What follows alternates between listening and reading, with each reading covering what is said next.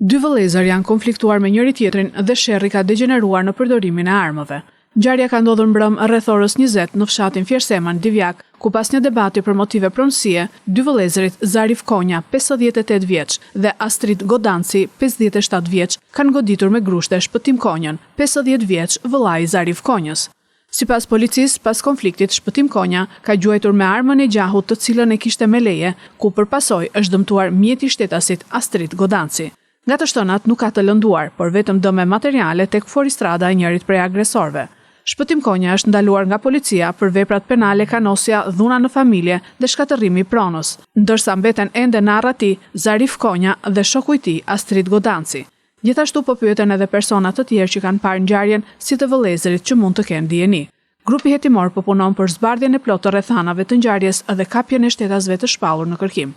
Policia në vend ngjarje ka sekuestruar armën e gjahut tip karabin dhe 4 gëzhoja.